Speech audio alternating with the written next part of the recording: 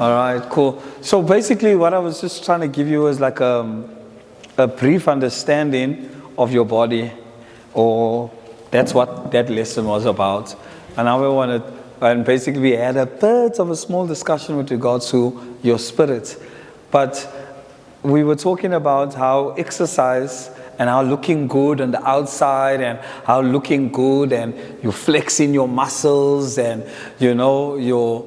the other day somebody came to me and they said, hey, Pastor, when I was walking, he says, hey, Pastor, you eat a nice fade. One of the guys where I'm staying, I'm like, yeah, I must take care of myself. He says, now the only thing you're missing is your dye now because, he says, because the gray is, because when I left when my hair's not cut, the gray hairs are popping and stuff. He used that word. He says your grays are popping. You just need to dye your hair now and stuff. And I'm like, hey, no. I'm a right lad to say, dyeing is too expensive. But what I'm saying, and I used to dye my hair often, and then I bought the dye bottle. And then I used to dye myself, and then it got messy. And then the way I dyed, it wasn't matching, But I wanted to take care of myself. You know what I'm saying? It's like, hey, it's not right, Bryson. Yeah. So I'm like, no. So my mother asked me once to borrow her some dye, and I never ever took it back from her. She says, hey, you must come back for your dye. I can see your gray hairs. I'm like, hey, no. So there's that part of us that wants to take care of our body, that wants to look nice, that wants to dress nice, that wants to be smart, that wants to do the six packs, and all of that. I remember when Shanice used to train, she's like, I want abs. And you just eat yourself, I want abs. It's a part of your body because you want to look nice, you understand? But the body is not everything for you. There's something more to you, and that's the part that the world is oblivious to. That's the part, and that's the dangerous part, is that they don't know that this body is going to fade, and they're going to die. They're not going to take their wife, not going to take a girlfriend, not going to take a boy, not going to have gold, not going to have your best clothes. Even if I did a funeral of that youngster in Heim Street and stuff. Then I saw a video. After I did the funeral, I did the burial, they covered it up. But there were guys at the end of it, when I was gone, then I saw the video. They had alcohol. And then they threw alcohol on the grave. And then my heart got sore because they don't understand. Then they think, and I think it was Magdalene's son's funeral I did, they put his clothes in there with him and stuff. Like he needed his clothes for where he was going. So your body is going to fade. Your body is going to die. Gucci, Versace, your weaves, your wigs, your whatever. Even if it was your best and they put it in your coffin, your body can't respond to it. You can't now get up in the coffin and say, hey, they put my jeans on while you're in the coffin, put it on. If you could have done it, you should have done that in the funeral or in the mortuary. Because you long after, the funeral, it's an emotion, it's for us. The funeral is actually for us, not for the dead person. It's not for the dead, it's for us. It's for us, for kind of closure for us. To mourn and to weep. That person that died doesn't care anything about the funeral. That's why somebody will say, oh, he had a good send-off. No, we look good that we gave him a good send-off. Because it's got nothing to do about him. Yeah, he's not watching you. We don't even know if he's part of the cloud of witnesses that watch the believers. He could be in torment. He's still understanding the reality of hell. I'm here. He's getting educated now. Why am I being tormented? Why am I burning? While you crying and we having church and we having a prayer meeting, he's now trying to understand, because one day with the Lord is like 1,000 years. So that torture is an eternal torture. So he's now trying to understand, I'm in hell. Hey, I should go to church. Hey, I listened to Pastor Alistair about the preaching. How did I end up here? He's not thinking about the funeral. He's not thinking about whether they're going to have biryani. I hope they have biryani for my funeral. I hope they're having, hope they have a nice time. Hey, look at my family. No, the torture. Because you see, the first thing the rich man did, he was in torment, the Bible says. So now your soul has to understand the torment. You don't worry about nothing. So the moment the person dies, that's where, if they die without Christ, that's where they go to hell and they get tormented. Yeah, they now are tormented. They now tormented. Oh, you had a dignified funeral. Yes, there was one guy in Ghana where the roads were not done. But this person that died was so important. The family put money together to even pave the roads just so that people can go to his funeral. Yes. Just to go to his funeral. Dignified. But the spirit and the soul of that person is in torment in hell. You can have a diamond coffin. You can have the best that Churches of Africa puts on, the best food, still food left over. You know, because there in Heim Street, I was so amazed and so surprised. After these boys died, gave it like a day or so, life went back to normal. The dead are so often forgotten. And they're forgotten. Like, they're laughing again, they're joking again, they're selling again. Life is normal again. Yeah. That's how soon you will be forgotten. And now you focus on this part of you, and this part will be forgotten. Yeah. I kind of think of how much I think of my late brother. To be honest, I don't think about him that much. I'm talking about my biological brother. He's dead, but I don't think about him that much. My granny's dead. Hey, listen, I'll be honest with you.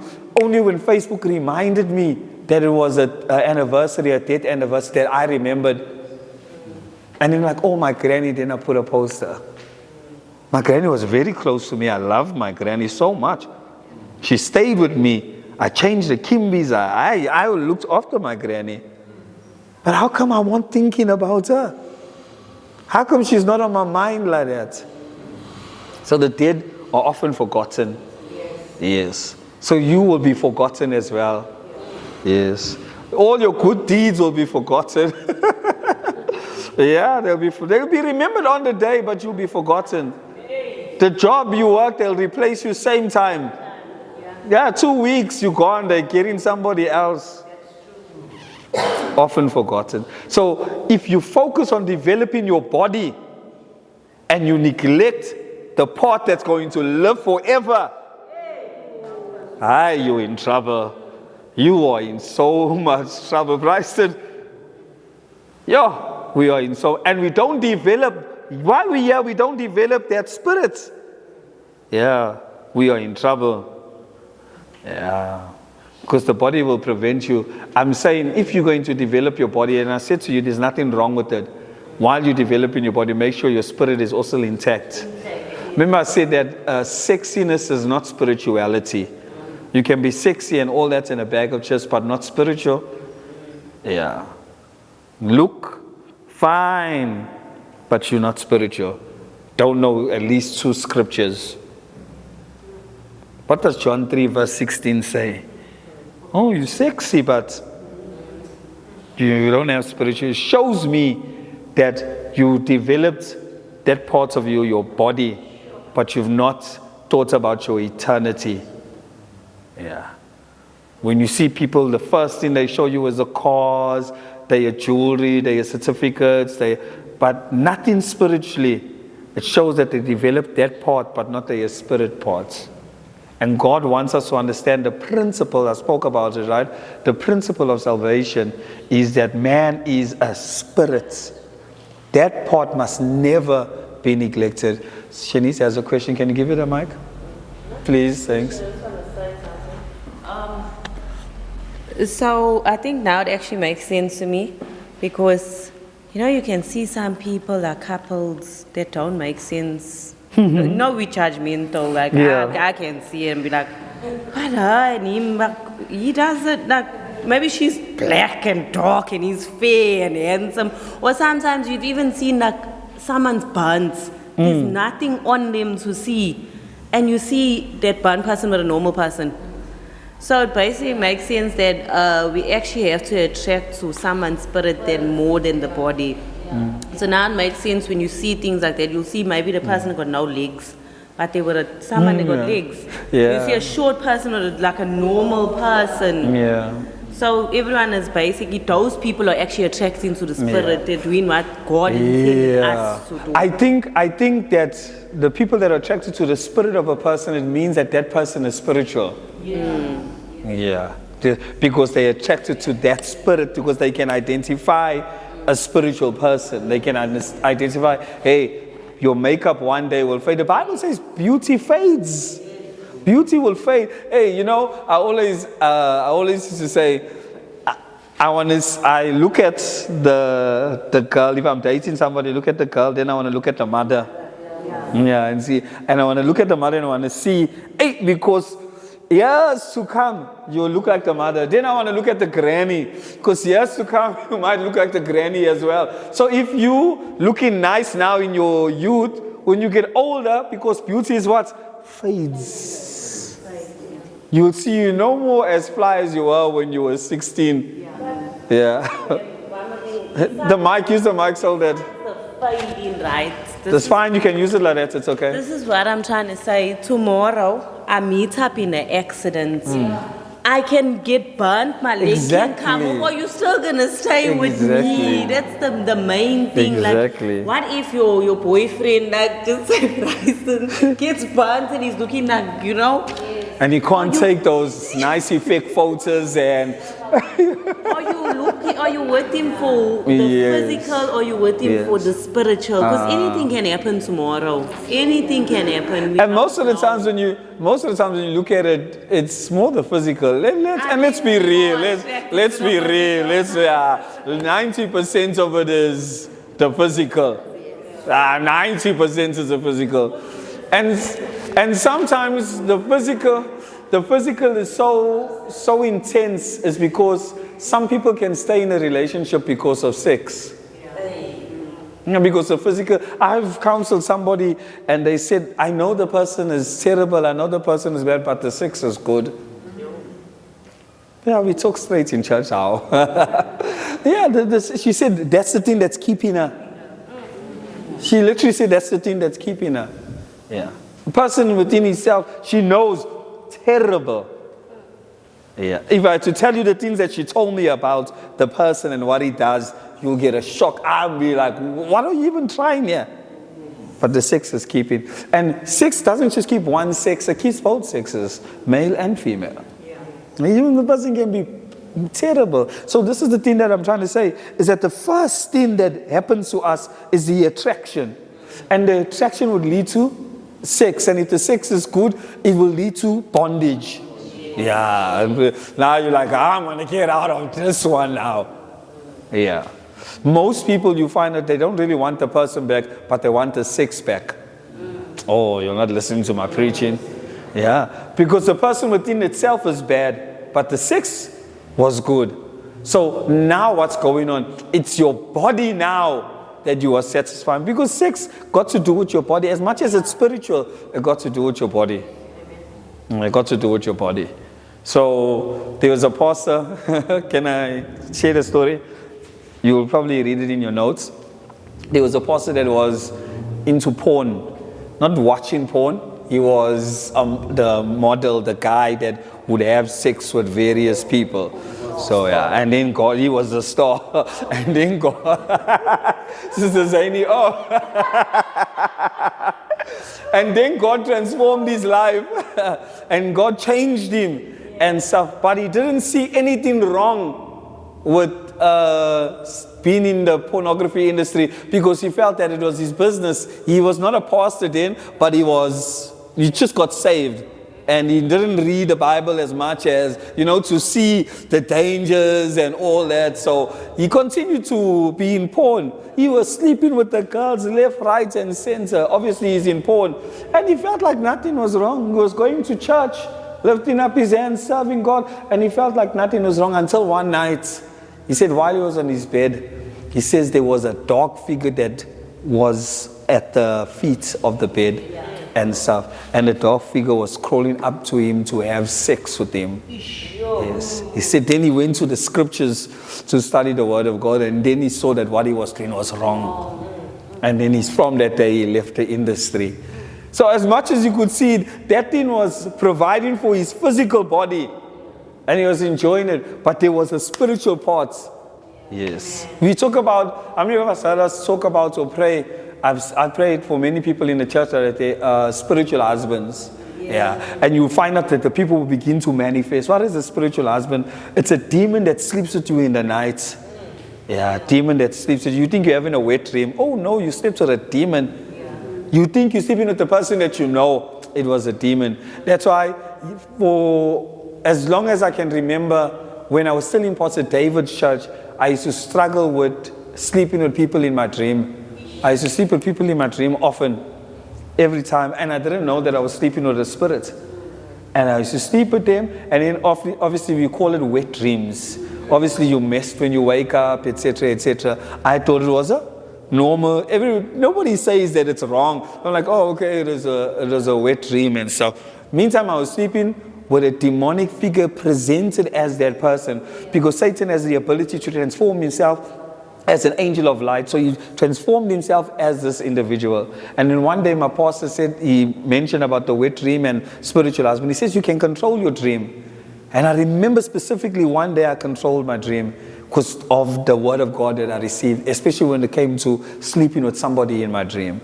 I remember in the dream that I had, I was on a speedboat.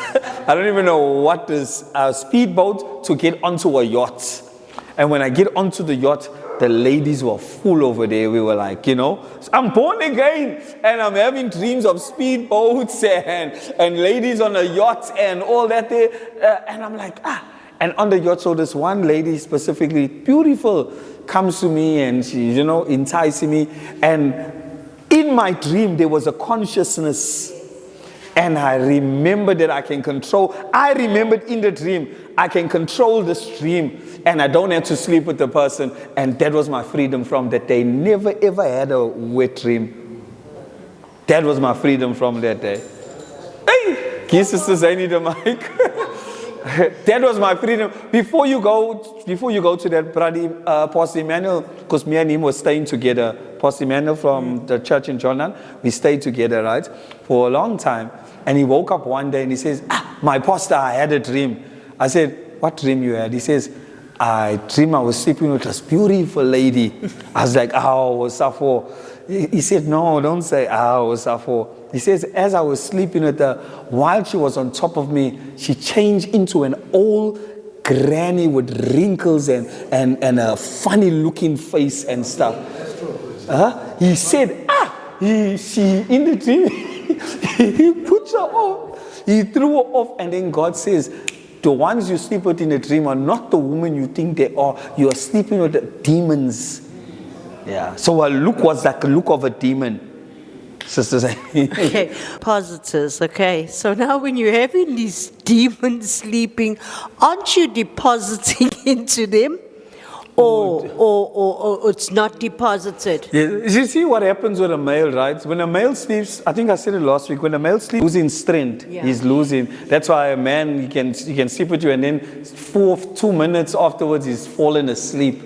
And so, a woman still wants to sit up and have conversations. This man is falling asleep. Why? Because a man in that moment, he's lost strength. Not only because of that, because ejaculation takes strength out of a man, right? Yeah. It's not somebody that has not ejaculated. It's somebody that, we're talking deep stuff here, Tyrell, somebody that has, so he loses strength. However, though, a woman is receiving a deposit. So what is a man doing? A man is giving a part of himself to the woman. Yeah, he's giving a part of himself to the woman, right? So she's receiving, she's a, what you call it, what? Incubator.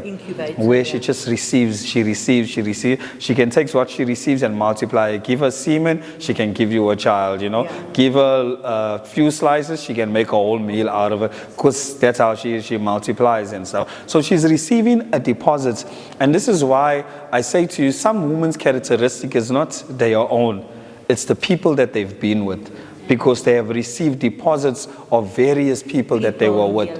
So because she's getting a deposit, so if that's why we call them like spiritual husbands and stuff. So if she gets money, it's an agreement when you're married. It's a covenant. What's yours is mine, and what's mine is yours. So you'll find out that if you have a spiritual husband, I'm going to get to your point again, is that you will find out that your money, you will want to get money, but the money goes. It's because you got a husband somewhere. Okay. Yeah, even though you're not legally married, but you got a husband somewhere that's taking your money. It's like you got holes in your pocket. When you look at the end of the month, you had a salary, you ask yourself, what did I spend my salary on? Are you understanding what I'm trying to say? Yes, I know. So the woman is receiving. Yes. So something about her character gets altered. Something about who she is gets altered. That's why a woman, when she sleeps with a man and a man doesn't want to have anything to do with her, she can go crazy. She'll flip. But a man, you can sleep with him, and if you don't want to have anything to do with him, he's not going to flip so much. I don't know. I'm talking about from like experience and stuff, and from what I know through counseling. A man is not so much crazier, but a woman gets more of emotion through intimacy than a man. Yeah, because that's why a man can sleep with Jane now, and in an hour he can go sleep with Sarah, and then in the next hour he can go sleep with another person. Because even though it's just sex, but what is he doesn't understand that he's losing strength, he's losing a part of himself. So you think men are okay when they have multiple partners, but they're not. They're losing a part of who they are in the process. And a woman, what's happening to her, all she's receiving is a deposit of all the men, but her true nature is dying. Her true self is dying. She doesn't know who she is because she's getting a deposit of all these other people inside of her. So now what's manifesting is the natures of the people inside of her. And her own true nature has been lost in the process. But is there any chance that demonic babies can be formed during that, or No, you're talking about in the dream? In the dream where Yeah. she can have it. Now, I've never had people talk about demonic babies Or her falling pregnant, Yeah. or her falling Now, I pregnant.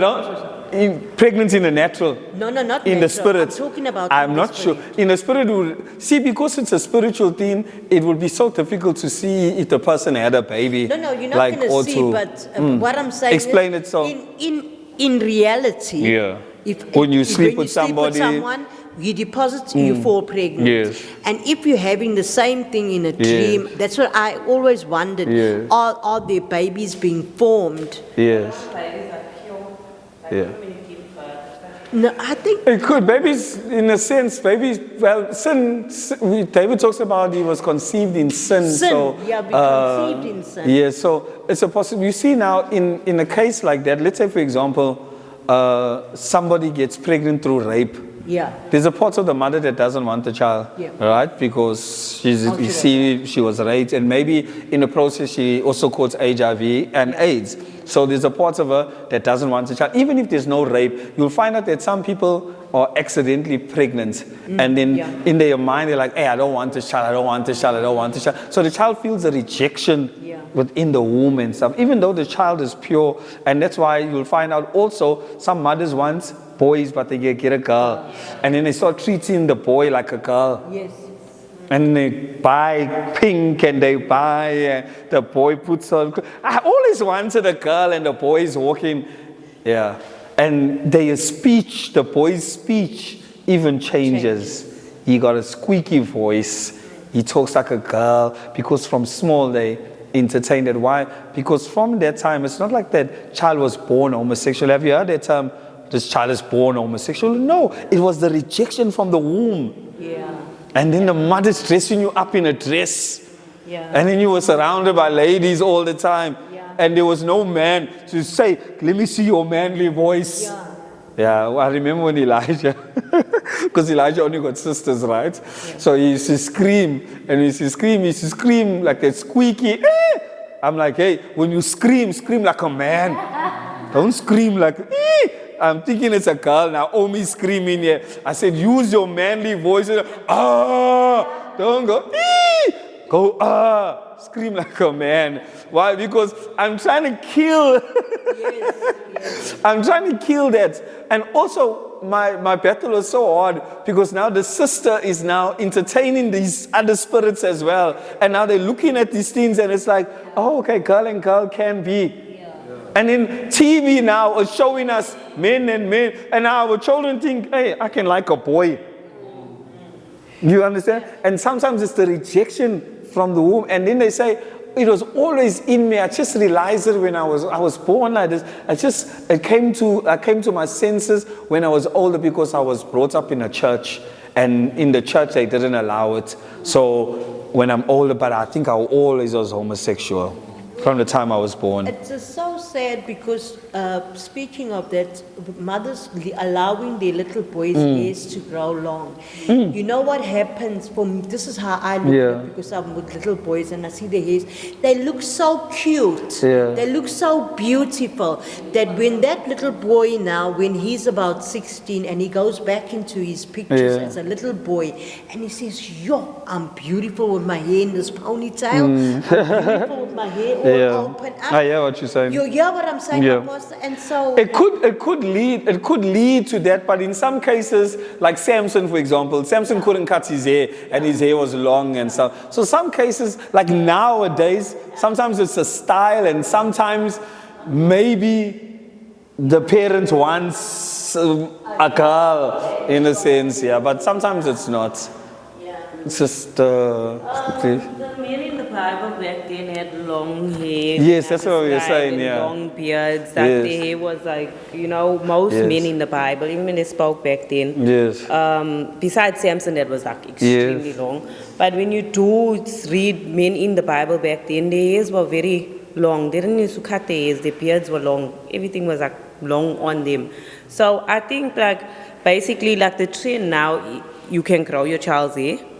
I grew my son's hair and I used to plait his hair and blah, blah, blah. But when the child does get to a certain age, the hair has to come off because of school, the regulations in school. But even if you grow in your child's hair, that thing you can't tell your child he's beautiful as a... All babies are cute.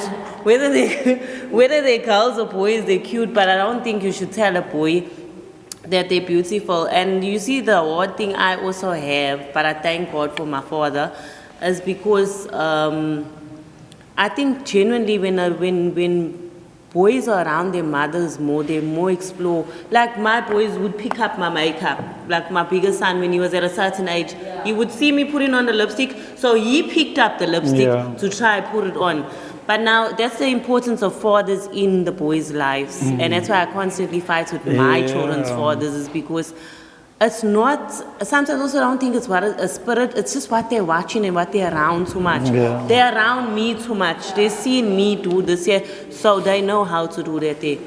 So even my smaller son, he sees me putting on the makeup, so now he can take my thing and he does this by his eyes. And he's only one, because he sees mommy doing that, but nothing with me teaching him, It's just what they see all the time. So it's important, as Pastor said, the father in a child's life. And this is why, even though I'm divorced, right? But there's this thing in me that hates divorce with my passion and with my heart. One of the reasons why is because when we marry and there's children, or whether it's a relationship and there's children involved, the decisions of the individuals are not just affecting, we're grown, we can handle stuff. It moves on to our children and it moves on to them. And this is why the family structure is so important. To have a mother, whether obviously if you divorce and you meet somebody else, but to have a mother and a father in one house, especially when there's children involved, because God's intention is for family. God doesn't want Shanice to raise a baby alone. You understand? He wants family, not to be a single mother and then the father's somewhere else, but to be one. But yes, things happen and the father goes. So then what God does, and I love God so much for this, God always has a replacement for somebody that's not measuring up. Yes. Always. always has a replacement for somebody that's not measuring up. And this is why I say Bishop Dag teaches, and we're done now, he teaches about 9 fathers, and he talks about how when your father cannot be there, God sends you fathers. And fathers for every season of your life. I remember I spoke to you about my father in sin. He taught me how to sin. He taught me about women. He taught me, I was clueless, Lucinda, about women. I was in matric standard 9, clueless. And in meeting him, spending time with him, just a couple of weeks, I'm kissing 3 girls and they all know. Ow! Father of sin, he taught me how to sin. He taught me how to sin. He taught me how to do wrong. So there was that father for that season. Every one of you have a father of sin. Yeah. There's somebody that taught you how to sin. Yes. You can think about the person now. You'll be able to. Who was the first one that told you to smoke that cigarette? Who was the first one that told you to go and drink? Who was the first one that said, let's go take a bag? There's no way that you came one day, you're walking, and you're just walking. I just want a bag now. Let me go and eat a bag. Somebody taught you it. That person you must call Papa and Father in sin. Yes. Sometimes you'll find out, yeah, that happens, and then he goes somewhere else with the message. But what I'm trying to say is that there's somebody that teaches you sin. Yes. So you can see when you surround yourself with people, they educate you on sin. They educate you. There's somebody that will educate you on sex. A friend, a girl, or whatever. It might not be a girl, it might be a boy. Yes. You do it like this, you twist your leg like this, you twist your hand like this, you hang on the chandelier. Somebody will educate you. Somebody will tell you about it. We call them fathers of sin. Yes. You're like, I didn't know all this. Oh, no. And all, they teach you, they educate you. I call them fathers of sin. Fathers that teach you the wrong things. They can be young, they can be a girl, but they teach you. Yeah. So God sends fathers. So for our children, there's always a replacement. So I realize that there's certain things, because me as an earthly father, I cannot cover every aspect and dimension of my child. I cannot. So I had to pray and trust God that God sends people that can father my kids. You see, like a conversation that I'm having now about sex, you as a father might not be able to have that conversation with your child. So they have to come to church to pastor, and pastor will have to tell them about sex. Yes, tell them about your wet dreams, because your child is now understanding what's an erection. And you might not be able to explain to your child what an erection is. So that's why God will send somebody as a father to teach him what that is. He'll have desires. God will send somebody as a father to teach that. So deeper. So this is why I'm saying, that's why I hate it so much. I hate divorce. I hate separation of families, breakdown of families, because it filters down to our children. Filters down. Yeah. Because he was also saying he's divorced. Yeah. And he's like, his boys are big, but he said, I will not bring another person in front of my boys because he's so used to them. Yes, yes. And he's like, I don't like the separation. Yeah, So yeah. I said, and it's the same that implies with us youngsters. I said, Yes. it's not like a fashion. Yeah. You can just separate, and it's like we're bringing new generational curses. Yes. Our children, that family's not everything, it's fine. Yes. You know, go and make children and lead them. So that's what we're teaching our young generation. Yeah. And the thing is, like for him, obviously, and this is, it's a wrong mentality. I understand he's trying to protect his children, but eventually somebody's going to have to replace that role. Not replace the mother, just step in for that role. Yes. Somebody's going to have to step in for that role. And me personally, I expect that for my children. When the Lord blesses me with the one, like, I don't just think about myself. I think about my children. I think about this person must come and bring me peace, not just for me, but for my children as well. Because if I get what I was getting, they witness what I was getting, they were a part of it. Now they need that peace, stability, where I'm not shouting, where I'm not screaming, where there's no fights, where there's no turmoil. That type of peace I crave, actually. That's the type of peace I crave. And I think that it's necessary. It's needed, especially for the children. Like now, we're getting old now. Like we're getting old. Love, yeah, love is good, love is nice. But don't be nearsighted and just think about yourself. Also think about the children as well. So whoever you bring into your life, you're making sure that you have your children in mind as well. And you have your future as well. Don't bring narcissists, people that know how to manipulate and control, tell you when to get off, when not to get off. You can't go there, you can't eat this, you must do this. Wear this dress, don't wear that dress. Oh my gosh. Narcissist controlling. Enter into marriage with that person, you're in trouble, you finish. A narcissist, you finish. They'll do wrong and they'll make you feel like you the one, the wrong one. Hey! Yeah, and you must apologize. Yes. And they don't know how to apologize. And a narcissist now to play the victim. They play the victim. Yes. One day I must preach a message, the narcissist. Hey! The narcissist.